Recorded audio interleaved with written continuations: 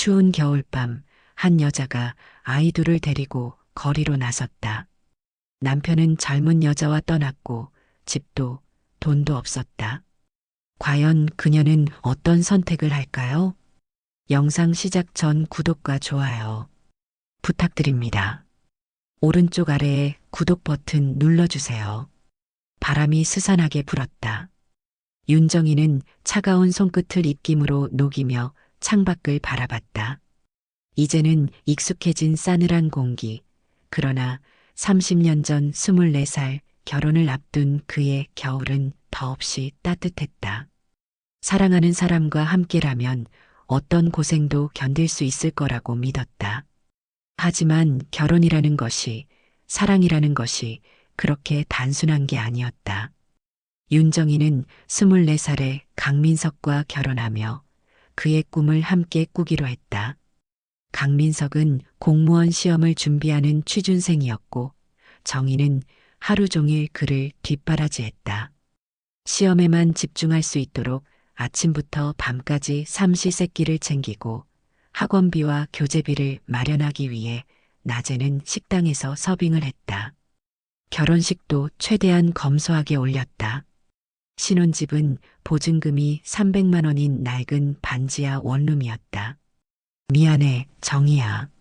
내가 빨리 합격해서 널 편하게 해줄게. 강민석은 늘 그렇게 말했다. 정희는 그 말을 믿었다. 새벽에 일어나 도시락을 싸고 저녁엔 피곤한 몸을 이끌고 집에 돌아와 남편을 위해 따뜻한 국을 끓였다. 그녀가 잠자리에 들 때쯤이면 강민석은 책상에 앉아 있었다. 그의 등을 바라보며 정희는 스스로를 다독였다. 이 사람은 꿈을 위해 노력하는 거야. 내가 조금만 더 힘내면 우리도 좋은 날이 올 거야. 그러나 강민석은 한 번, 두 번 시험에 낙방했다.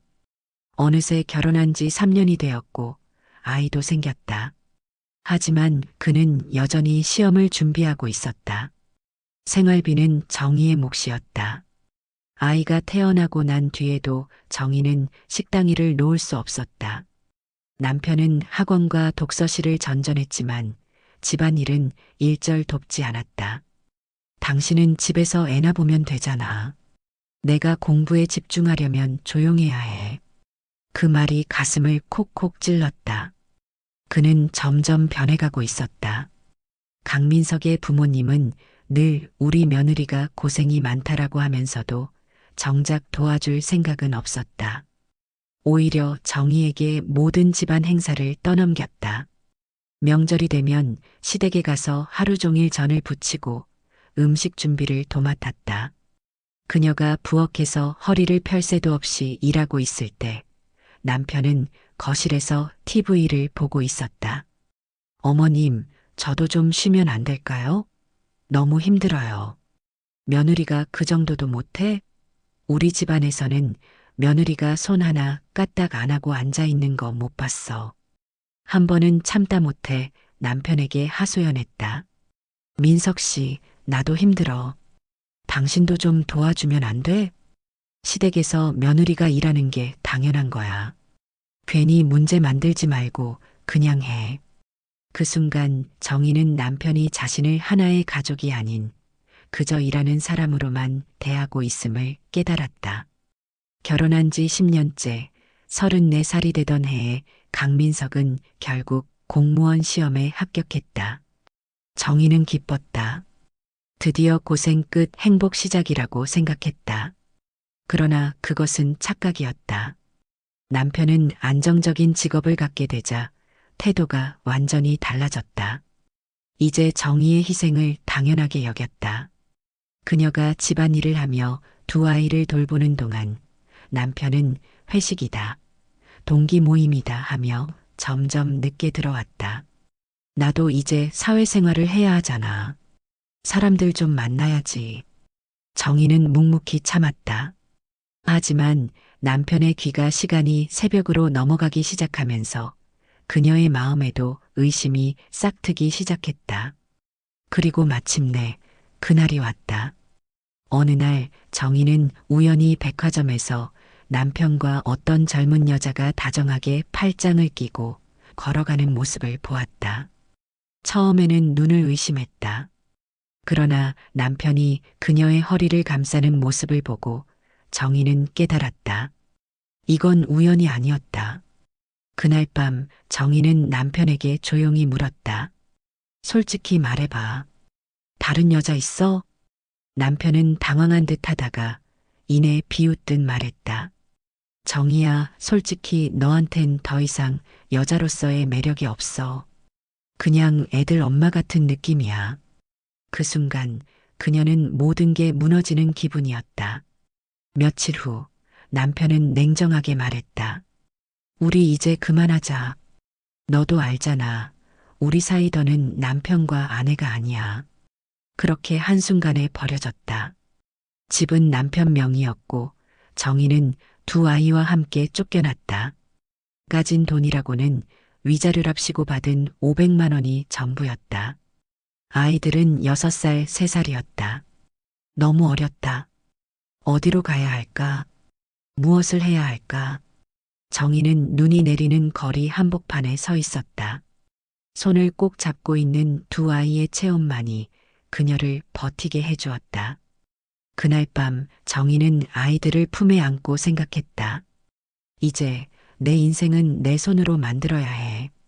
그녀는 처음으로 남편 없이, 시댁 없이, 오로지 자신을 위해 살겠다고 다짐했다. 그렇게 윤정희의 새로운 인생이 시작되고 있었다.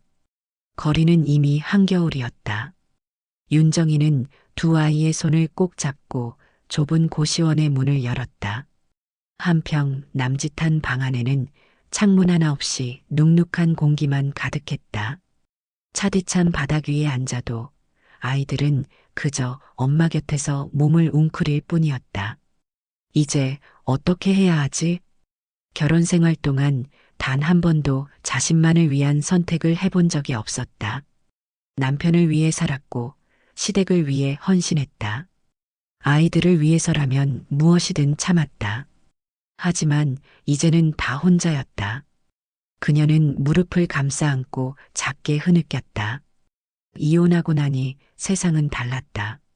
시댁에서 떠날 때까지만 해도 아이들을 위해서라도 남편이 최소한의 책임은 질 거라 믿었다.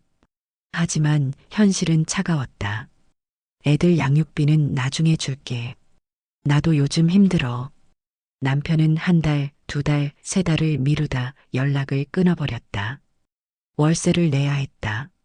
아이들에게 밥을 먹여야 했다. 하지만 손에 쥔 돈은 고작 500만 원뿐. 그녀는 그 돈을 쪼개고 또 쪼개며 버텼다. 고시원 방 안에서 아이들은 작게 속삭였다.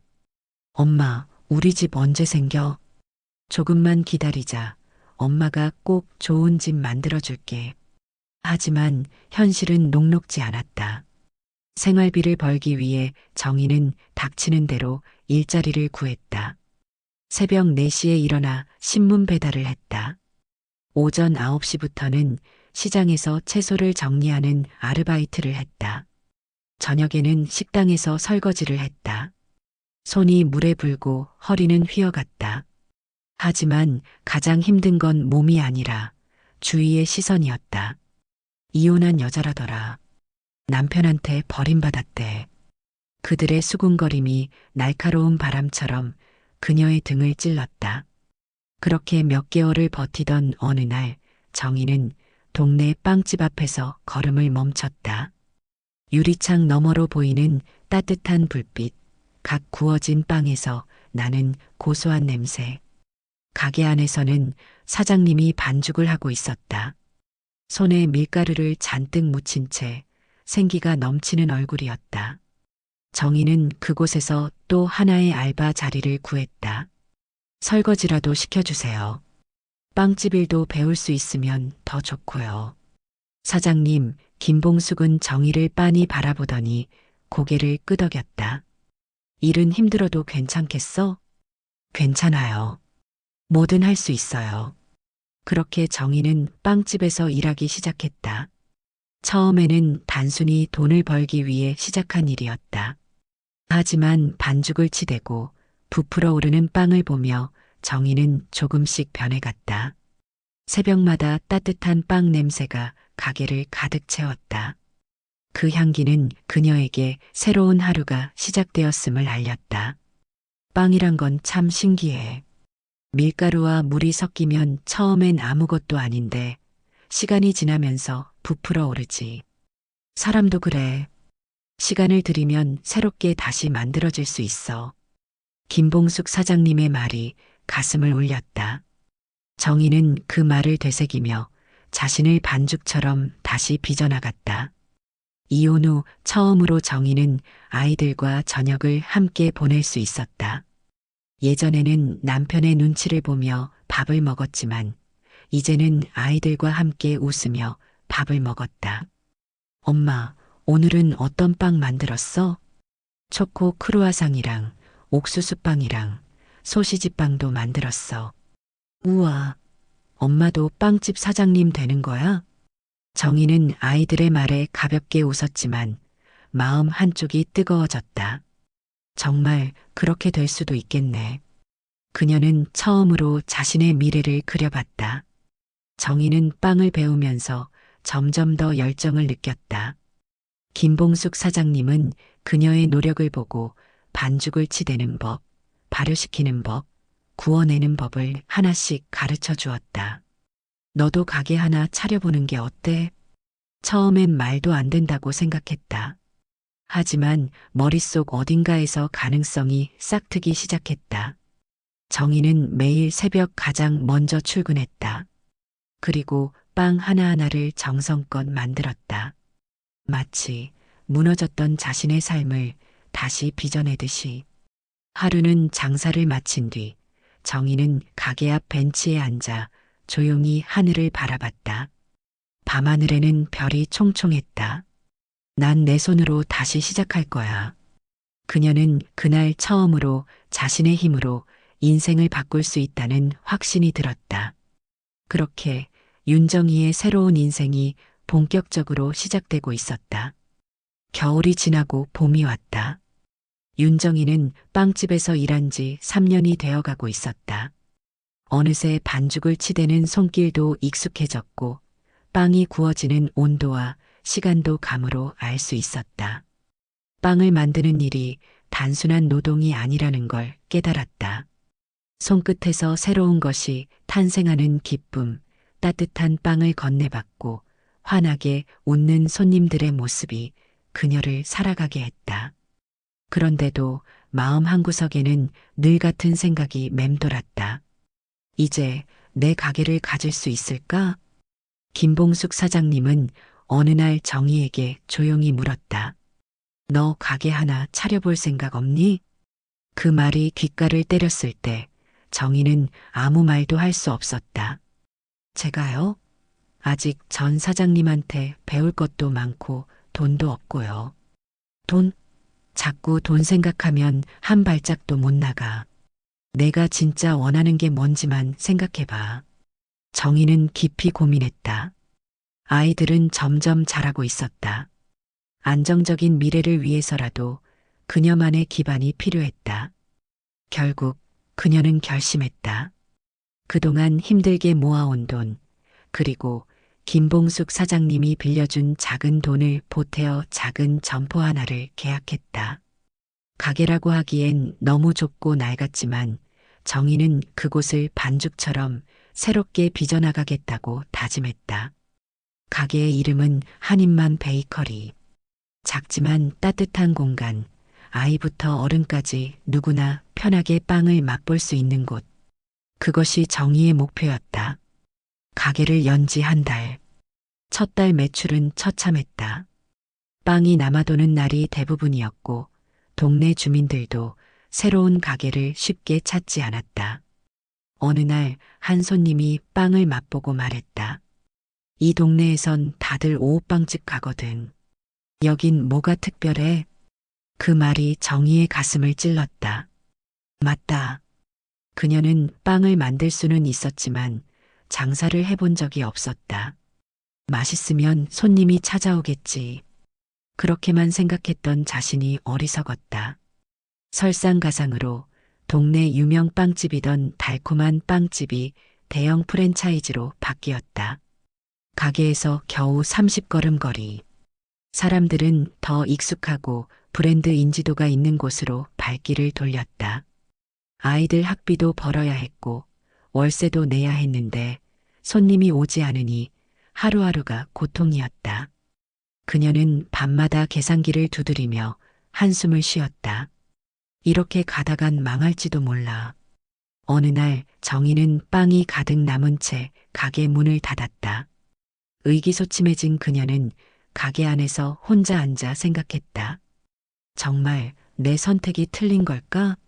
그냥 안정적인 빵집에서 계속 일했다면 더 나았을까? 하지만 그때 가게 문이 살며시 열렸다. 사장님, 아직 빵 있어요? 그녀는 고개를 들었다. 초등학생 여자아이가 문 앞에 서 있었다. 우리 엄마가 병원에 있어서 집에서 밥을 잘 못 먹어요. 저랑 동생이랑 같이 먹을 빵이 필요해요. 정희는 아무 말 없이 따뜻한 크루아상을 2개 봉투에 담아 건넸다. 이거 가져가. 맛있게 먹고 엄마한테도 전해줘. 아이는 눈을 반짝이며 고개를 끄덕였다. 다음 날 또 다른 아이가 찾아왔다. 그리고 그 다음 날 그 아이의 엄마가 찾아왔다. 여기 빵 참 따뜻한 맛이 나요. 그때 깨달았다. 그녀가 만든 빵은 단순한 음식이 아니라 위로가 되어야 한다는 것. 그날 밤 정희는 메모장을 꺼내 새로운 목표를 적었다. 프랜차이즈가 줄 수 없는 따뜻한 가게 분위기 만들기. 손님들의 이름을 기억하고 그들에게 필요한 빵을 먼저 추천하기. 매일 조금씩 새로운 빵을 개발하고 동네 아이들을 위한 이벤트 열기. 그녀는 그때부터 달라졌다.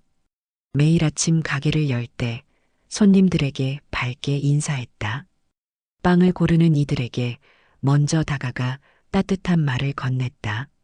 조금씩, 아주 조금씩 한 사람씩 가게를 찾기 시작했다. 어느 날 가게 문을 열자마자 동네 사람들이 줄을 서 있었다. 정희는 놀라며 물었다. 무슨 일이죠? 단골 손님이 활짝 웃으며 말했다.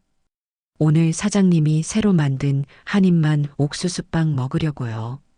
그 순간 정희의 눈가가 살짝 젖었다. 이제 정말 될 수도 있겠다. 그녀는 눈을 감고 깊이 숨을 들이마셨다.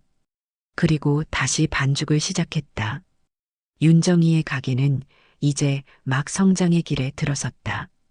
그러나 이 성공을 그냥 둘 리 없는 사람들이 있었다. 가게를 연 지 1년이 지났다. 윤정희는 매일 새벽 가게 문을 열고 반죽을 치대며 하루를 시작했다. 손님도 점점 늘어나고 가게에는 늘 고소한 빵 냄새가 가득했다. 그녀의 가게는 동네에서 정이 가는 빵집이라 불리며 단골 손님들도 생겼다. 이제 조금씩 자리를 잡아가나 보다. 하지만 정희가 안도할 틈도 없이 더 큰 위기가 다가오고 있었다. 어느 날 가게 문을 닫으려던 정희에게 한 남자가 다가왔다. 깔끔한 정장을 입고 날카로운 눈빛을 가진 건물주 이정우였다. 사장님, 내년부터 임대료 올려야겠어요. 지금보다 2배. 정희는 손에 들고 있던 행주를 꼭 쥐었다. 2배요? 갑자기 왜요? 가게 잘 되잖아요. 이 동네에서 제일 잘 되는 빵집 아니에요? 그 정도는 낼 수 있겠죠. 정희는 숨을 삼켰다. 지금도 간신히 월세를 감당하고 있는데 2배라니.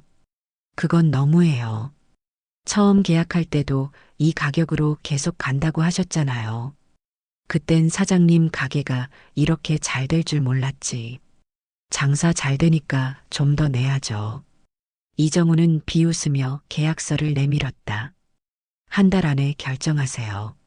안 내면 가게 빼셔야 해요. 정희는 그대로 굳어버렸다. 그날 이후 정희는 밤마다 계산기를 두드렸다. 현재 월세 가게 수익에서 겨우 감당 가능. 올라갈 월세 감당 불가. 도대체 어떻게 해야 하지? 아이들은 이제 대학을 준비할 나이였다. 학비도 벌어야 했고 직원 월급도 밀릴 수 없었다. 그녀는 오랜만에 김봉숙 사장님을 찾아갔다. 사장님, 저 어떡하죠? 가게를 뺏기게 생겼어요. 봉숙은 한숨을 쉬며 말했다. 이 동네 원래 그래. 작은 가게 잘 되면 임대료 올려서 쫓아내고 대형 프랜차이즈 입점시키는 거지. 그럼 저 같은 사람은 어떻게 해요? 버티는 수밖에 없지. 아니면 더 크게 나가던가. 정희는 멍하니 봉숙을 바라봤다. 결국 정희는 법률 상담을 받으러 갔다. 변호사는 계약서를 살펴보더니 고개를 저었다. 임대료 인상은 법적으로 가능하지만 이렇게 갑자기 2배로 올리는 건 부당해요. 하지만요? 건물주가 강경하게 나오면 방법이 없어요. 결국 돈 앞에서는 법도 힘을 못 쓰거든요. 그 말이 정희의 심장을 내리쳤다. 결국 돈이 있어야 싸울 수 있는 거군요. 정희는 망설였다. 그런데 그때 변호사가 덧붙였다. 하나 방법이 있긴 해요. 건물주보다 더 큰 세입자가 되면 됩니다. 그 순간 정희의 머릿속이 환하게 밝아졌다. 내가 더 큰 가게를 차리면 되는 거네요. 정희는 결심했다. 더 이상 작은 가게로 남지 않기로. 즉시 오래 알고 지내던 단골 손님 중 사업가들에게 연락했다. 제가 한인만 베이커리를 프랜차이즈로 키우려고 합니다. 투자하실 분을 찾고 있어요. 그녀는 사람들을 만나러 다녔고 밤을 새워 사업 계획서를 썼다. 그리고 마침내 한 투자자가 손을 내밀었다. 정희 씨, 이 빵은 정말 특별해요. 우리 제대로 키워봅시다. 한 달 후 정희는 이정우 건물주를 찾아갔다. 임대료 인상 말인데요. 저도 결정했어요. 어디 보자. 낼 거예요. 안 낼 거예요? 아니요. 내 가게 확장할 거니까 이 자리 나갈게요. 건물주의 얼굴이 굳었다. 뭐라고? 저 더 큰 곳으로 이전합니다. 그리고 이전하는 자리엔 한인만 베이커리 본점이 들어올 거예요. 대형 매장으로요. 이정우는 당황했다. 그게 무슨 소리야? 그녀는 미소를 지으며 건물주를 바라봤다. 그때야 이정우는 깨달았다. 자신이 더 이상 갑이 아니라는 것을. 윤정이는 작은 가게에서 벗어나 더 큰 도전을 시작했다. 하지만 아직 끝나지 않았다. 겨울이 다시 찾아왔다. 매서운 바람이 불어왔지만 윤정희의 손끝에는 따뜻한 온기가 남아 있었다. 이제 그녀는 더 이상 작은 빵집 사장이 아니었다. 한인만 베이커리는 전국적으로 100개가 넘는 지점을 둔 프랜차이즈 브랜드가 되었고 그녀는 당당한 대표가 되었다. 빵을 반죽하던 손은 여전히 바빴지만 이제는 직원 수십 명과 함께했다. 내가 여기까지 올 줄 그때는 상상도 못했었지. 정희는 창밖을 바라보며 지난 날을 떠올렸다. 그리고 마침내 그날이 왔다.